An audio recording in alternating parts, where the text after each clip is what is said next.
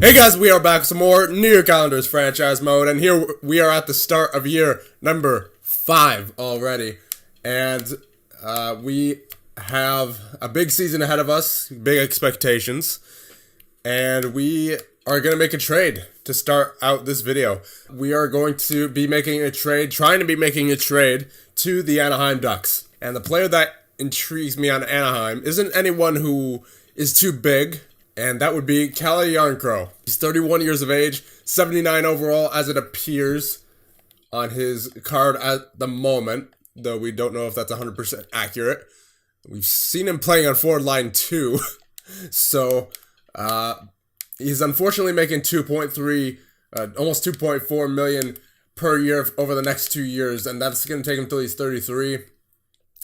And that isn't exactly attractive to me, but if we're able to get that salary down by 50%, then I would definitely want Calle Jarnkrok on our team, because when you take a look at Jarnkrok's in-depth stats from last year, 45 takeaways to 28 giveaways, and then the year before that, 49 takeaways, 32 giveaways.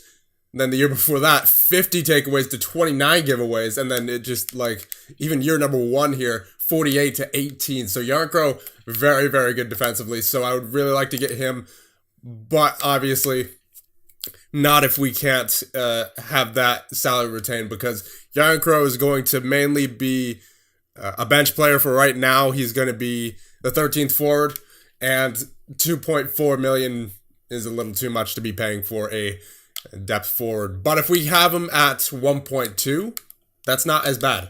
It's really not. So I'm going to offer up a third round from Colorado to Anaheim for Calle Jarnkrok, and he is making 1.2 per year if we can get this salary retained from him. So that'll be pretty good for him, especially with how well he plays defensively. He can fill in for guys like Ottoson or Czech if they start to struggle, mainly Ottoson since he's a winger and Jarnkrok's a winger.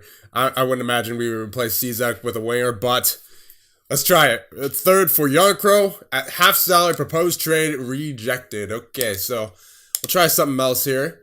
We'll add 2/3. Why not? We're getting them to retain some salary here, so it's worth a little bit more than usual. Proposed trade rejected. Okay. I don't want to overextend too much here. It is only a depth player after all. If I go a second, would that work for you, Anaheim? Rejected? I don't know. I don't want to overextend. As I said, I don't want to overextend too much more here. Maybe a second and a fourth for Jarnkrok.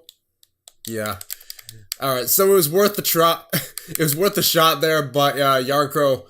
I really, really like his advanced analytics, but Anaheim just doesn't want to give up that salary, so we're not doing it. That we would have had to give up way too much for that trade.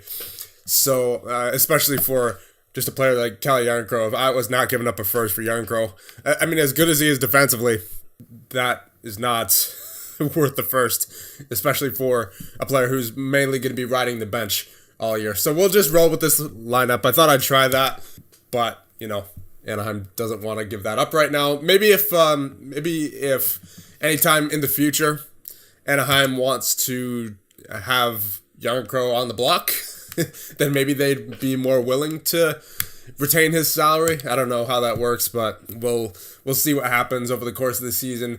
We'll make trades as necessary, because right now we need to roll with this roster as is, because as you can see by our team status, we are, come on now, we are champions. So I don't want to add any roster players to any trades at the moment. I don't want to give up too much in any trades. I don't want to be making trades for depth players that, obviously we shouldn't be be giving too much up for. So we're just going to go on with the season here. Games against Montreal and New Jersey to start it out. Back to back. Let's go all the way through October here, and let's see what's going on. Montreal, and we have a 6-5 shootout loss And then the 3-2 loss against New Jersey. Not starting out the season the right way, but we're only 2 games in, so I'm not going to change anything yet. We'll see what happens over these next few games against Anaheim, Pittsburgh, and Florida. There you go, 5-2 win, 2-1 loss. All right, have a good game against Florida here, boys. I don't want to have to start thinking about making any changes line-wise. Brady Shea has been injured with a poor groin. His estimated return is October 23rd. That's unfortunate. Replace player. I mean, that's not too long from now, so we'll just do that. Yeah, that's about a week. There you go, 2-1 win without Brady Shea, oddly enough. So who does that put in there? That puts Bodie Wild in on the top pair, actually, with Ryan Pulock. So, game against Carolina, 3-1 loss. Oh, goodness. All right, so Brady Shea, get back in there. We definitely need you for the start of the season, as we are off to a shaky start. Yeah, that put Bodie Wild in there on the top pair. Definitely do not want that to start out the season. Need our best players there. And is Shea back where he belongs? Yes, it appears so. Yes, indeed. So we will keep moving forward here and hope for a win against Toronto. No, we have a 5-4 shootout loss. So we are 2-3-2 to start out the season. Not great. Really not great. If we can't win against Edmonton here, then I'm going to have some complaints. Assistant coach replace player. Sure, that's the AHL. And they're 6-2-1. Actually, all right, so that loss makes sense, at least. It looks like Edmonton's finally turning it around. Now, unfortunately, that means we are 2-4-2 in our first 8 games. So maybe it's time for a little bit of a line change here. As that's really not a great start to the season. As it appears, Beauvillier is now an 81 overall. Commodore is still an 81 overall, so maybe that might be a change we think about. Ragnarsson's an 84 now, so that's good. Stride's still an 85. Mueller is an 88 now, and Wahlstrom is an 86. Let's see. Ottoson is an 83 second line forward. Are you kidding? First year in the NHL, already considered a second line forward, apparently. Well, maybe that's not accurate.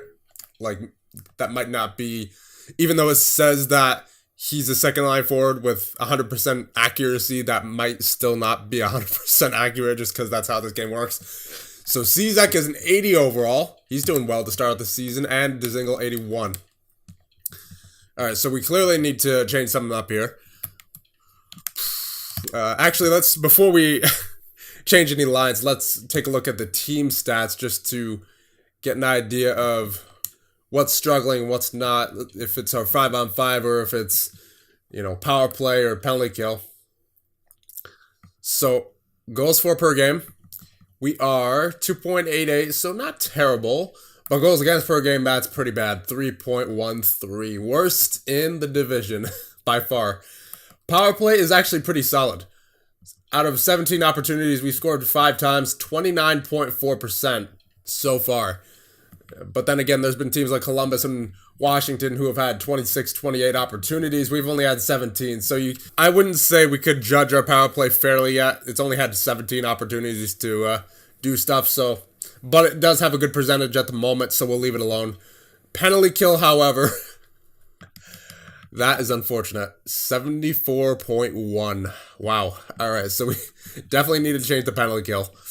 I would imagine that would help with our goals against as well. So, yep, looks like it's penalty kill changing time. All right, so Beauvillier, Lee, Muzzin, and Duret. Well, Duret is an 86 overall now. Very nice. That is what you like to see. Body checking 94, aggressiveness 94, strength 92. He is a beast of a defensive defenseman, if I do say so myself. Barzell and Dzingel, and then Shea and Pulock. Okay, so let's just look through each and every one of these guys individually. Look at their advanced analytics here, see what's going on. Oh, Beauvillier. Beauvillier. He did well last year with the giveaway takeaway ratio, but man, he is dropping the ball in a big way this year so far.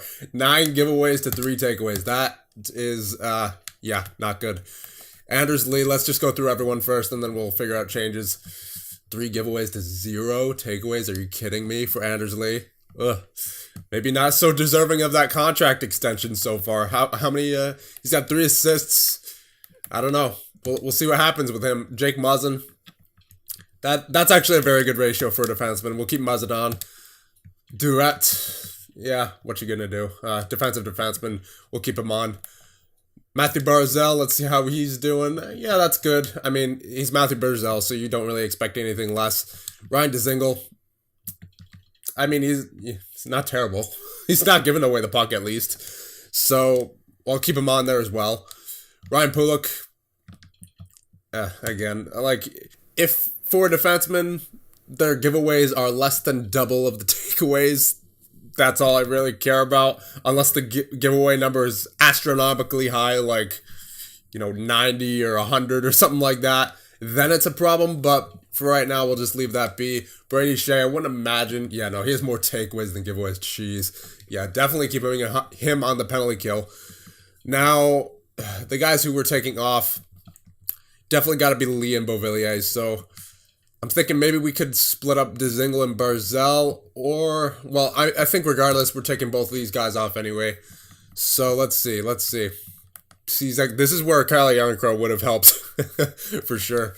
So, Cizek so far, 3 giveaways, 1 takeaway. Not going to put him on in his first season. Commodore, how's he doing? Ooh, 6 takeaways to 2 giveaways. Yeah, we'll try Mike Commodore out. I don't know how his defensive category is, but he's only at 84, 80, 79, and 84, and then only 83 for body checking. But just for the giveaway to takeaway ratio, I'm going to try Mike Commodore on the penalty kill here. As for Lee, oh boy, let's see. Wallstrom, maybe. We'll try anything we can here. Wallstrom has more giveaways than takeaways. That's unfortunate. Bennett Strite, maybe. He's kind of physical, isn't he? 5 takeaways to 3 giveaways. Not too bad. And 4 goals. He might be able to get us the shorthanded goal there. About Josh Ho-Sang, I wouldn't imagine. Let's see. Yeah, he's more giveaways than takeaways. So far, Strite is our best option here. Ragnarsson is not terrible, but I'd rather have Strite. Let's see. Left wingers. Mueller, maybe. Oh, man. Those giveaways. Definitely not Mueller. Ottoson. He's an 83 overall, so he wouldn't be terrible, especially to give the experience to as a 4th liner, especially since the game's saying he's a 2nd liner for right now. So I think for me, it'd be between Ottoson and Strite. And just take a look again at Strite. 13 hits, 5 takeaways, 3 giveaways, 2 blocks. Going to compare the two. Let's see Ottoson again. 11 hits, 4 takeaways, 5 giveaways, 3 blocks. I'll get Ottoson on there for right now just because he's on the 4th line as an apparent 2nd liner. So we'll give him the chance, see how he does. But what I will do is I will separate Dzingel and Barzal since their takeaways and giveaways are pretty solid. So we'll have Commodore and Dzingel, and then Ottoson with Barzal, and then the defensive pairs will stay the same. And then as far as 3-on-3, definitely not Beauvillier. So who do we have on here again? Commodore. How's Commodore doing on faceoffs? Oh, he's doing very well. 54.35. That confidence that we gave him at the center position for those first 2 years, I would say definitely helped with his faceoffs. So we're going to try Mike Commodore here on the first line 3-man penalty kill. So we'll see what that does. And then as far as 4-on-4, 3-on-3, I don't think we really need to change anything. I think it was really just the PK that was struggling. So we'll see what happens. And John Gibson has dropped down to an 86. Yeah, John Gibson seems to struggle at the start of the season, it appears, over the past 2 seasons that we've had him. So we'll see what those changes do. And we will go the rest of October. We'll see how Vancouver and San Jose do against us. So that is going to be a 2-1 win. There you go. And San Jose, we have a Ryder Clapperton injury. So he is out until November 11th. That is the minors. And San Jose, 5-1 win. That's what I'm talking about. Very solid defensive effort by the New York Islanders over the past 2 games. I'll check the stats and the draft board at the end of November, just so that we can keep a solid simulation going here. So we are 4-4-2 through our first 10 games. Let's hope that we can keep up what we were doing over the past 2 games and carry that over through the rest of the season, really. And a 2-1 win against Boston. 3 1-goal games in a row for, I'm going to guess, John Gibson. As we lose 3-1 to Winnipeg, but that's not too bad. You know, Ryder Clapperton. All right, so best lines for the AHL. I'll fix that later. 6-0 win against the Vancouver Canucks. That was a very good 2-1 win against the New Jersey Devils. Here we go, boys. We're starting to look a little bit more consistent defensively, and that is a very good thing. That is a very, very good thing. 3-2 win against the LA Kings. A lot of games so far in this last stretch that we haven't allowed more than 2 goals. Josh Ho-Sang is injured with an injured arm until November 21st. That is unfortunate. That is a big player, so we will replace him manually. Now, who is... That'd be Nicky Petty, I suppose. So, substituting all lines, he's definitely going down to the 4th line. And how's Ottoson doing? 5 points in 17 games, 8 takeaways, 9 giveaways, 20 hits. How about Dzingel? 8 takeaways, 6 giveaways. I won't put Dzingel in the top 6. We'll get Ragnarsson up there. And then with Leon Commodore will be, I guess, Dzingel. And then Petty with Ottoson and Cizek. Who's better at face? We'll just leave Cizek in the middle just because, you know, he has more potential than Petty. Got to give him the Mike Commodore treatment, you know. And then defensively, we're not going to change anything, obviously. And then power play, we were definitely changing something. Not going to have Nicky Petty on there. Mueller, Barzell, Wallstrom, Dobson, and Riley. And then Commodore, Shea, Pulak, and Ragnarsson, for sure. We struggle getting him on the power play sometimes, so you may as well get him on here now. I'll keep Ragnarsson on the left so he can feed Strike for the one-timer. Yeah, that's good. And then anything else here? Anything here? Gotta make sure that Petty isn't on any special teams there. 4-on-4, 3-on-3. No, we're good. We're good there. And we're good there. Gibson, Kincaid, just to make sure he's not a goaltender by chance. So Bodie Wild is an 81 overall, so that's very interesting. He definitely got a good jump. He will more than likely replace Jake Muzzin after this year, so I definitely want to hold on to Bodie Wild as we go into games against Chicago and Minnesota. Solid 6-4 win, solid 2-0 shutout victory against Minnesota. That is what I like to see. Oh man, St. Louis. We don't need to rush Josh Ho-Sang to come back at the moment. We will let him rest a little bit. St. Louis, they're very good, and we, of course, get shut out against them. That, you know, that was kind of expected, but would have been nice to win that. 5-2 loss. Okay, we'll get Ho-Sang back in there now. We've seen enough of Nicky Petty. And, of course, Jake Muzzin is injured until December 3rd with a mild concussion. So we had to get Ho-Sang back in there anyway, so we'll go back into the lines. But Shea, Pulak, Riley, Durrett, Dobson, and then it's going to be Bodie Wild, who fills in for the second time this year. Because he's played 1 game so far. So it'd be Wild and Dobson, I suppose. We're both righties, unfortunately, but yeah, we'll have to deal with it. 4 righties. And then in terms of forwards, we will get Nicky Petty out for Josh Ho-Sang. And then we will get the original lines back. Ragnarsson on the 3rd line. There you go. Then power play-wise, do I want to keep Ragnarsson on there? Or do I want to get Ho-Sang back on? Yeah, we got to get Ho-Sang back on. He's the passer. He's the pure passer, actually. Ho-Sang back in. And I believe that is it. Yes, indeed. So we will get an 8-4 victory against the Nashville Predators. That is what I like to see. Very nice. I mean, I would have liked to see a better defensive effort, but still, you know, we outscored them by double, so I'm really not complaining. Tampa Bay, 2-1 victory. There you go. That's what I like to see out of a defensive game. Then Carolina, 7-1 victory. That was like those past 2 games combined right there. A lot of offense and a lot of defense from your New York Islanders. That is what I like to see. 6-1 win. There you go.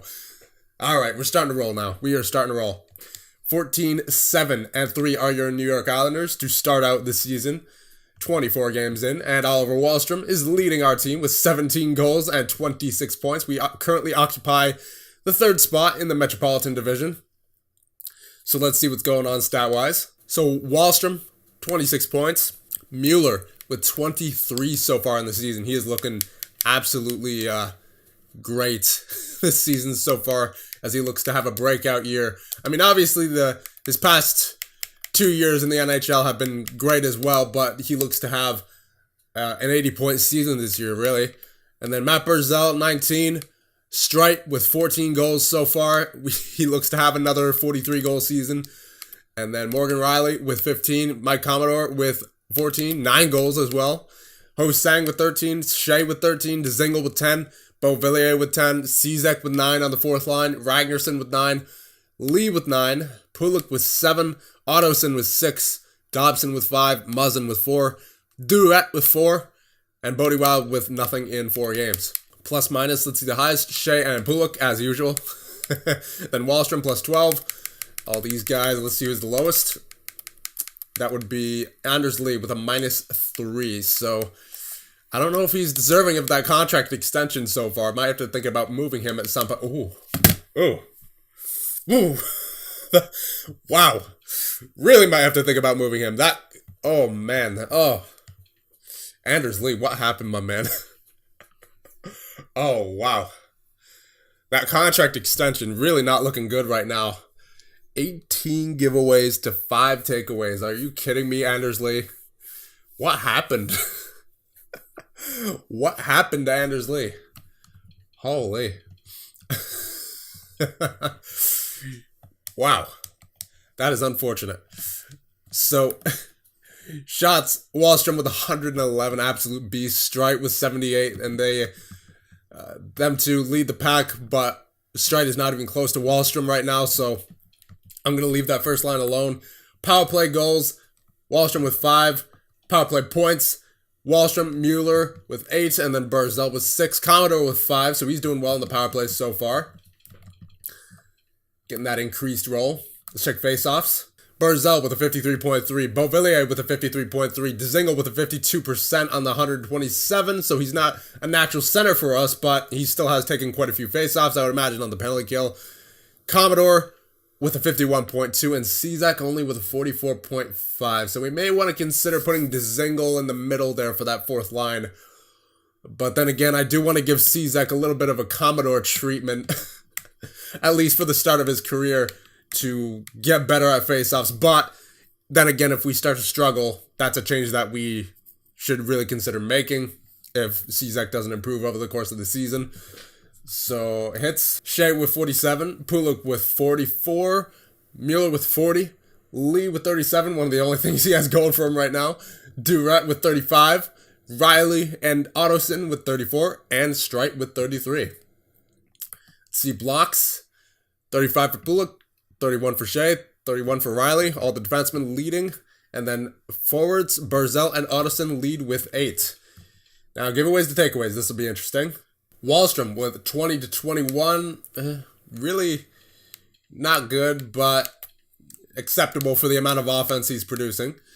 Shea with 18 to 24, so his ratio got back up there a little bit compared to where he was before. But, hey, for a defenseman, that's still good. Morgan Riley, 16 and 7. Speaking of good defensemen, what an acquisition in the offseason. Bennett Strite, very good, 16 and 8. Mueller, 16-16, decent. Commodore with a 15 and 10, good. Pulik with a 14 and 23, decent for a defenseman. Barzal, 14 and 17, uncharacteristic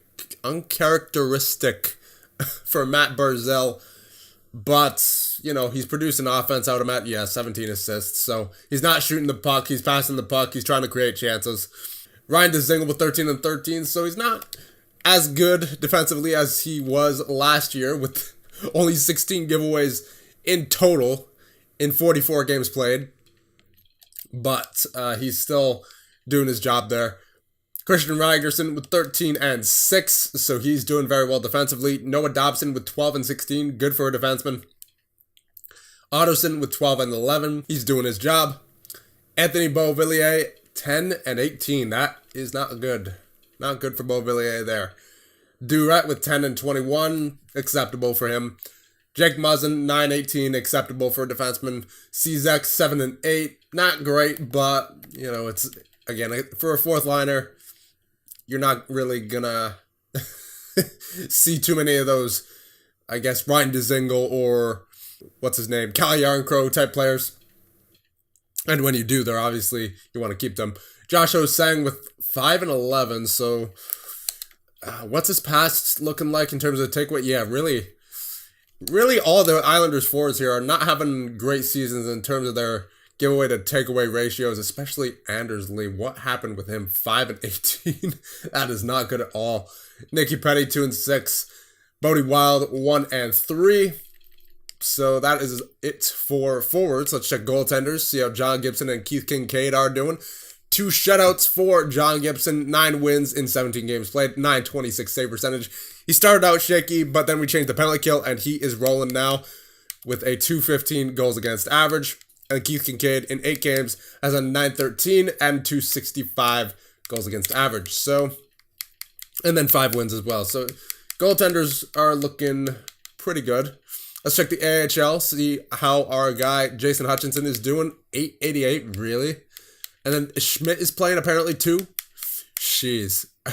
I mean, at least Hutchinson has had a couple of shutouts there. Maybe we need to improve the AHL team a little bit. As he is a 77 overall now, so I'd imagine by next year, Jason Hutchinson will be ready for the backup role in the NHL. Let's check defensemen. Connaughton, Strawman, yeah. These were the guys I signed for the AHL, obviously. Anton Strawman was available. Sean Greiba, 76 overall, very nice. John Toibert, 75, he's taking his sweet time. Drafted 9th overall in 2020, only a 75 overall still, yikes. Clapperton, LaFranchise, and then forwards, Kasha, Yanni Pekarainen with 22 points in 18 games. Very nice. Rafael Pouliot, 11 points in 18 games with a 72 overall. Nathan Bastian, Doug Hines with 9 points so far in his rookie year in the AHL. 18 games played.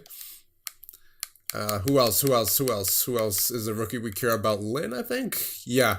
So 1 goal in 11 games played. And that would be it for Bridgeport. So now what we will do, we will check the team stats to just make sure everything's stable now. Goals for per game.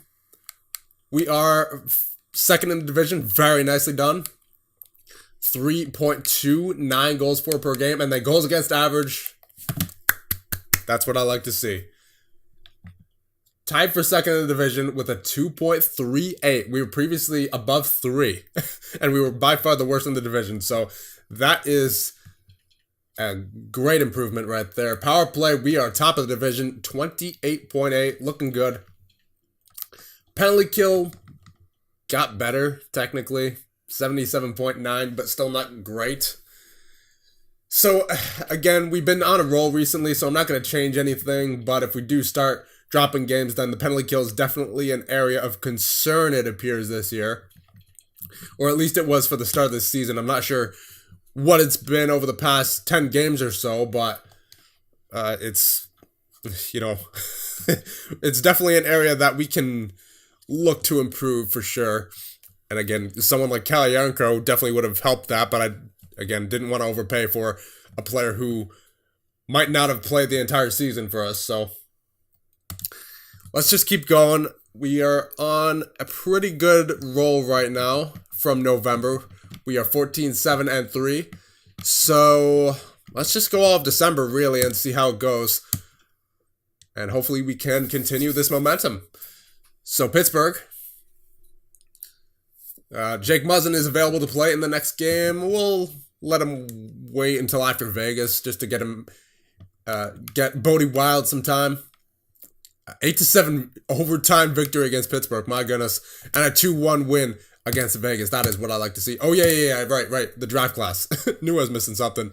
But we will get, before we do that, we will get Jake Muzzin back in before I forget. Because I know I'm going to if I check the draft class first. So Bodie Wild is coming out. He's played 6 games so far for us. Hasn't done too shabby, I don't think. But we are going to get Jake Muzzin back in there as he is the veteran left-handed defenseman. So is Muzzin back on the penalty kill? Yes, he is. All right, so we're good. Let's resume New York Islanders hockey, but not before we check the draft class. All right, so top 5. We have Laurent Thibault, Caden Rogers, Stanley Glennie, Kai Imanen, and Benjamin Archer. So these 4 guys are elite potentials, and then we don't know what Glennie is, but they all look pretty solid. Thibault is obviously the standout, though, as he is ranked 1st overall, and he is the only one who has all A's for grades, so, and plays like Nicholas Backstrom. Let's see if there's any gems here. Byzantine, Simard, nothing on him. Semenov, like Ryan McDonough, Ronning, nothing on these guys. Let's check by potential. Bentley is apparently a gem. Antropov, like Jeff Carter, so he could be someone we keep our eye on. As our scouts have him ranked 23rd, but his central scout rank is 14th. So I don't know how you get that big of a gap, but maybe the late first round is kind of a toss-up this year. Jackson Bentley is apparently a gem. So we don't have too much on these players yet. So we don't really know much beyond the top 5. But still good to take a look at the draft class. And we will move on with the season here, as we are on a significant roll with that 8-7 victory against Pittsburgh, and then an opposite-looking victory, at least defensively, against Vegas with 2-1, and then a 4-2 loss against Anaheim. LA, we have a 3-1 loss as well. So come on now, boys, don't make me eat my words here. There you go, 5-2 win. Tampa, we have. We're currently 17-9-3 on the season. They are very good as well, 21-9-2. John Gibson is injured as well until December 19th. So we're going to have to call up a goaltender here. And Keith Kincaid is going to have to get in there. So, ooh, you know what? Maybe Jason Hutchinson. Let's call up Jason Hutchinson for his first stint in the NHL. Not sure if he's going to get any games or not between now and then, but we'll get Kincaid in there for right now. So Hutchinson, get in there in the backup role. He will get to experience the NHL for the first time. So game against Tampa and a 4-2 loss with Keith Kincaid in there. Gibson is available. I'll let him rest for 1 or 2 more games here after Ottawa. 4-1 win and 3-2 loss against Ottawa. So at least we won against the Rangers, rivals of the New York Islanders. So that's a plus. But the minus is that we got 2 losses in that 3-game stretch there. So we're going to get John Gibson back in. And it appears Jason Hutchinson did have his first game, although it appears that his first game was probably that game against that most recent game that we had. I believe it was against Ottawa. So we're going to get Hutchinson out of there. We're going to get Gibson in, and we're going to send Hutchinson back down to the minors. So we'll go to roster moves here, and we will send him back down. So we're going to have to go into the AHL lines here real quick and get Hutchinson in, and hopefully the computer will give Hutchinson the majority of the games. And we are currently sitting in 5th in the Metropolitan, so you don't like to see that, as Columbus, Carolina, Philly, and New Jersey are all above us. So let's make sure that they do not pull further away and that other teams do not catch up to us. Yes, that last game was indeed against Ottawa. So I believe that was Jason Hutchinson's first game. Let's get into, I believe, January here.